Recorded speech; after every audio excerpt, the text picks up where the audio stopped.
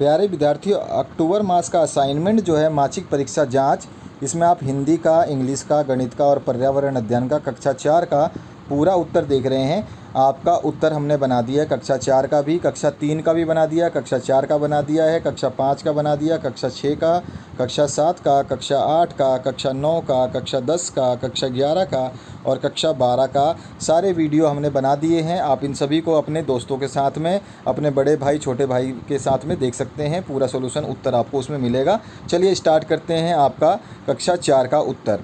कक्षा 4 में आपका जो है हिंदी, पहला है हिंदी विषय। तो यहाँ पर नीचे दिए गए गद्यांश को पढ़ने के बाद में, यानी कि इस चीज़ को पढ़ने के बाद में हमें उत्तर बताने हैं।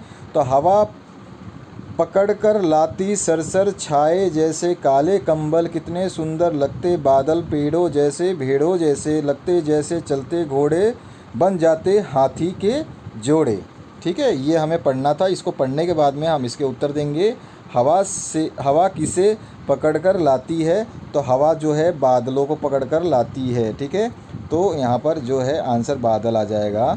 इसके बाद में बादल कैसे रूप धारण करते हैं? तो बादल जो है कंबल जैसे, पेड़ों जैसे और भेड़ों जैसे सभी के रूप धारण कर लेता है, तो इसीलिए सभी विकल्प सही हैं। इसके बाद आते हैं, नीचे दिए गए या नीचे लिखे गए शब्द से पहले खाली स्थान में विशेषता बताने वाली शब्द को लिखना है। तो तिरंगा जो है, झंडा हमारा तिरंगा, तिरंगा क्या है? विशेष है। हमने भारत की झंडा इसलिए तिरंगा। पत्थर, सफ़ेद पत्थर एक विशेष होता है, चाहे काला पत्थर भी लिख सकते हैं। हलवा जो है मीठा होता है, उसकी विशेषता लिख देंगे। चश्मा जो है काला है, उसकी विशेषता लिख देंगे। तो हम क्या लिखेंगे? झंडे के आगे तिरंगा, पत्थर के आगे सफ़ेद, हलवा के आगे मीठा और चश्मा के आगे काला। इसके बाद गांधी जी ने कहा, जब मैं वापस आऊँगा तो मुझे खूब सारा दूध पीना पड़ेगा जिससे कि मेरी ताकत लौट आए। खूब सारी ताकत और अच्छी सेहत के लिए आप क्या क्या खाएंगे पिएंगे, लिखिए।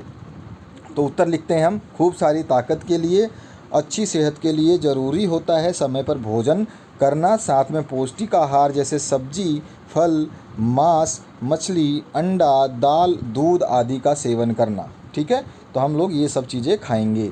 इसके बाद में हम क्वेश्चन नंबर 5 की बात करते हैं। क्वेश्चन नंबर 5 में बादल कविता को आगे बढ़ाते हुए 4 पंक्तियाँ सुंदर अक्षरों में आपको लिखनी हैं। तो बादल कविता के आगे बढ़ाते हैं। नन्हे जल कण गए भाप बन, उसी भाप ने ठंडक पाई, बादल बरसे बरसा आई, करते गड़गड़ आते बड़बड़, बिजली बादल को चमकाए, अंधियारे में राह दिखाए। ये हमने आगे की लाइन उसमें लिख दी।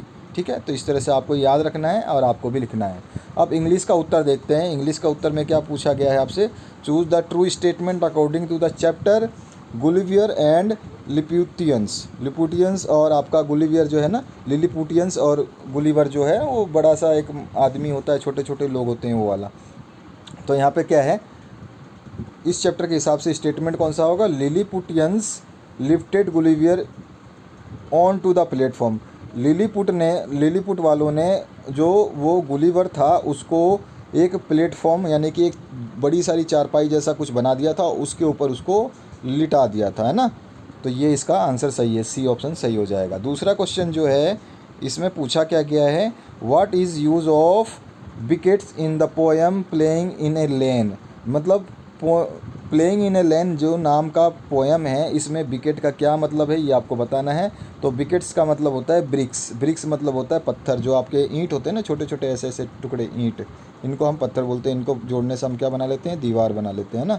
ठीक है, अब आगे बढ़ते हैं नेक्स्ट क्वेश्चन की तरफ। नेक्स्ट क्वेश्चन पूछा गया है, rewrite the given sentence by changing the adjective to its opposite. तो इसको हमें रीराइट करना है, इसको चेंज करना है एडजेक्टिव को अपोजिट में। ठीक है, तो the bowler is tall and so he bowled fast. तो हम क्या लिखेंगे? बॉलर यहाँ पे टाल बताया है तो हम इसको शॉर्ट कर देंगे, और फास्ट बनाया है तो हमने स्लो कर देंगे, इसका अपोजिट कर देंगे। तो the bowler is short and so he bowled slow. ठीक है, ये इसका उल्टा हो गया। अब चौथा क्वेश्चन जो है इसकी बात करते हैं। तो चौथे क्वेश्चन में क्या पूछा गया है, what did the Lilliputians serve Gulliver when he was hungry. जब गुलिवर भूखा था तो लिलीपुट ने क्या उसको दिया? तो Gulliver indicates that he is hungry and the little people bring him breakfast of meat. उन्होंने जो गुलिवर को मीट दिया। He devours it all and then so that he is thirsty. उसने इसको खा लिया और उसने फिर बताया कि वो जो है प्यासा है। So they bring him two large barrels of wine. उन्होंने बाद में 2 बड़े बड़े बैरल में, यानी कि जो ड्रम होते हैं उनमें वाइन लेके आए, उसके लिए वाइन लेके आए। ठीक है, अब आते हैं 5वें क्वेश्चन पे। Look at the picture and answer the question. पहला, यहाँ पे देखिए, यहाँ पर ये जो है 1 2 3 4 गेम ऐसे बना हुआ है। अब स्टार्ट करते हैं। Which game is being played? The name of the game is hopscotch. ठीक है, तो ये इसका नाम है, इसको आपको ध्यान रखना है। उसके बाद में ऐसा डायग्राम आएगा तो उसका नाम होप स्कॉच होता है। How many girls are playing in the game? तो 1 2 3 है ना। तो अच्छा, ये भी गर्ल है ना, हाँ, क्योंकि ये गर्ल का गेम है। तो यहाँ पर 4 है। There are 4 girls playing in the game. उसके बाद आते हैं कितने लड़कियाँ इसमें खेल रही हैं? तो इसमें 4 लड़कियाँ खेल रही हैं। इज़ इट एन आउटडोर और इंडोर गेम? तो ये आपका जो इंडोर भी खेला जा सकता है और आउटडोर भी खेला जा सकता है। घर के अंदर भी खेल सकते हैं, बड़ा घर है तो, और बाहर भी खेल सकते हैं। तो हम क्या कह सकते हैं? It is indoor and outdoor both game. ठीक है ना, तो हम कह रहे हैं indoor and outdoor game both.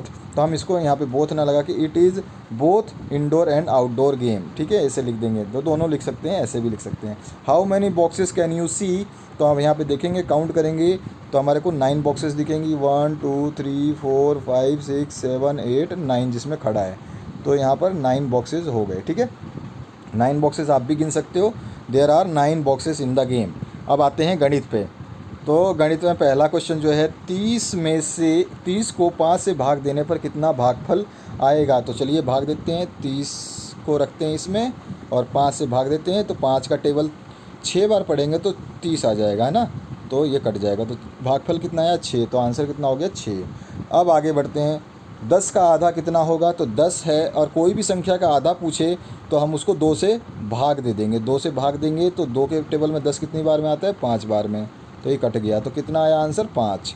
तो इसमें आंसर आ गया बी, 5 ऑप्शन। इसके बाद आते हैं, कभी भी किसी का आधा पूछे तो उसको 2 से भाग दे देना। कभी भी अगर मैं बोलूँ कि 20 का आधा बताओ तो इसको भी 2 से भाग दोगे। ठीक है, इसको 2 से भाग दोगे। अगर मैं बोलूँ 100 का आधा बताओ तो इसको भी 2 से ही भाग देना है आपको। अगर मैं बोलूँ 50 का आधा बताओ तो भी आप इसको 2 से ही भाग दोगे। ठीक है, तो हमेशा 2 से ही भाग देते हैं। अब आगे बढ़ते हैं नेक्स्ट क्वेश्चन पे। 636 को 6 से भाग दें तो 106 आएगा। कैसे करते हैं हम? चलो 636 को भाग देते हैं। तो यहाँ लिखा 636 और यहाँ पे लिखा 6। तो ये पहला वाला 6 में एक बार जाएगा तो 6 1 जा 6, यानी 6 कम 6, और ये कट गया। 3 उतारा, 3 जो है छोटा है 6 से, तो इसलिए यहाँ पे 0 लगा देंगे। फिर दूसरा वाला भी 6 उतार लेंगे। अब 36 हो गया, तो 6 गुणा 6, यानी 6 के टेबल में 6 बार में 36 आता है। तो 6 लिख करके 36 लिखेंगे और काट देंगे, हो गया ख़त्म। तो 106 जो है इसका आंसर आएगा। इस तरह से हम भाग देंगे। ये देख लो, मैंने जैसे लिखा है ऐसे लिख देना। दोबारा मैं कर दूँ यहाँ पे, आप नोट कर लो। यहाँ पर देखो ऐसे लिखेंगे 636 और यहाँ पे लिखेंगे 6 को एक बार दिया तो 6 से 6 कट गया। फिर यहाँ उतारा 3 से नहीं हुआ तो इसलिए 0 किया। 3 इस 6 से छोटा है तो हमें दोबारा एक और संख्या लेनी पड़ेगी, तो हम लेंगे 6। अब हो गया 36, फिर 6 का पढ़ा 6 बार पढ़ा तो 36 आ गया और 36 से इसको काट दिया। तो ये उत्तर हो गया हमारा। ठीक है, ये हमको लिख देना है। इसका आंसर कितना आ रहा है? 106। यहाँ पे भी कितना आ रहा है? 106। अब आते हैं दूसरा क्वेश्चन, चौथा क्वेश्चन। चौथे क्वेश्चन में 18 का 1/3 कितना होता है? तो 18 का 1/3 का मतलब होता है 1 और बटे में 3, 1/3 होता है। और 18 का पूछा है तो हम 18 को इसमें गुणा कर देंगे। ठीक है, तो 18 को हम काटेंगे तो 3 छिंग 18, 6 होता है। तो हमारा आंसर जो है 6 आ जाएगा। मैं दोबारा बता देता हूँ, आप नोट कर लेना। जैसे मैंने अभी बताया तो आपको दोबारा बताऊँगा। ठीक है, तो यहाँ पर देखिए कैसे करना है।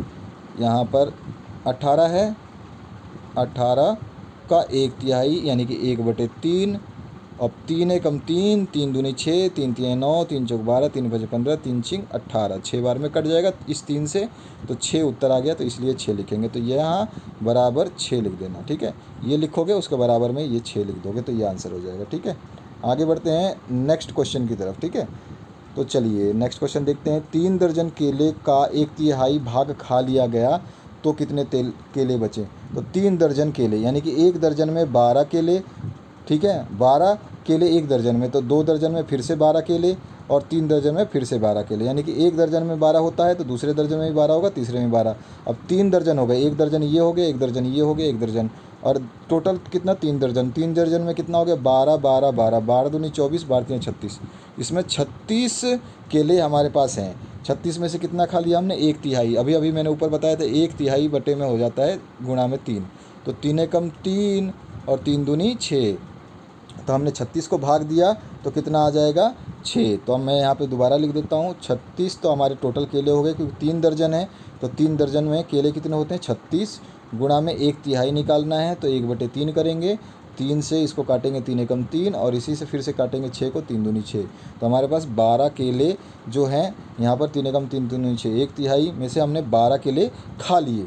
तो हमारे पास 36 केले थे, तो 36 में से 12 घटा देंगे तो कितना केले बचे हमारे पास 24, यानी कि हमने 24 केले बचाए हैं और 12 केले खाए हैं। ठीक है, 12 और 24 36 हो जाएगा। ठीक है, अब आगे बढ़ते हैं पर्यावरण अध्ययन में। इसमें से कौन सा यात्रा करने की सवारी नहीं है? तो तांगा भी यात्रा करती है, बस भी और रिक्शा भी। बैल जो है यात्रा करने की सवारी नहीं होती है। इसमें से गलत जोड़े को चुनना है आपको। वर्षा जल और बादल एक ही चीज़ है।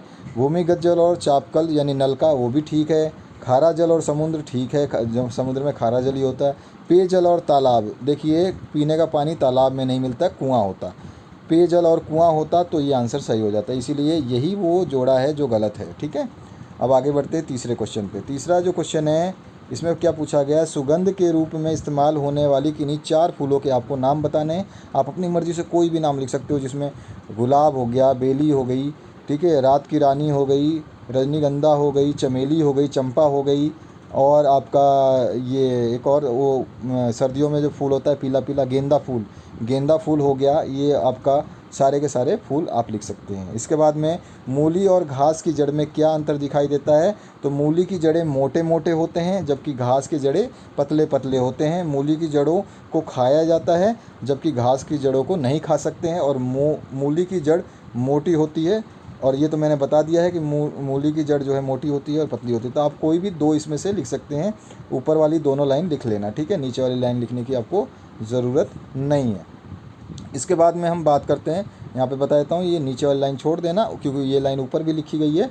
तो यहाँ पर आपको 2 ही लाइन, ये वाली और ये वाली लाइन लिख लेना, ये सही है। अब 5वां क्वेश्चन है, हम लोग पानी का उपयोग किन किन कार्यों के लिए करते हैं, लिखिए। तो हम लोग पानी का उपयोग आपको पता ही है, नहाने पानी पीने के लिए यूज़ करते हैं, नहाने के लिए करते हैं, खाना बनाने के लिए भी करते हैं, पौधों को सींचने के लिए भी करते हैं, घर को साफ़ रखने के लिए भी करते हैं, कपड़ा धोने के लिए भी करते हैं, और भी है पानी दूसरों को पिलाने के लिए भी करते हैं, बहुत सारे हैं, नींबू पानी बनाने के लिए भी करते हैं। बहुत सारी चीज़ें आप लिख सकते हैं, तो आप इन सब चीज़ों को लिखेंगे। तो ये आपका पूरा आंसर मैंने बता दिया 4th क्लास का। ये पेपर यहीं ख़त्म हो गया। तो आशा करता हूँ इस वीडियो से आप लोगों को काफ़ी हेल्प मिलेगी। आप अपने बड़े भाई बहन को बता सकते हैं कि आपके 5वीं क्लास का, 6ठी क्लास का, 7वीं का, 8वीं का लेकर 12वीं तक, तीसरी से लेकर 12वीं क्लास तक सारे वीडियो के सॉल्यूशन बना दिए गए हैं। आप लोग देख करके अपनी अच्छी तैयारी कीजिए और साथ ही साथ में इनको याद कीजिए। ठीक है, आशा करता हूँ इस वीडियो से आप लोगों को काफ़ी मदद मिलेगी। धन्यवाद।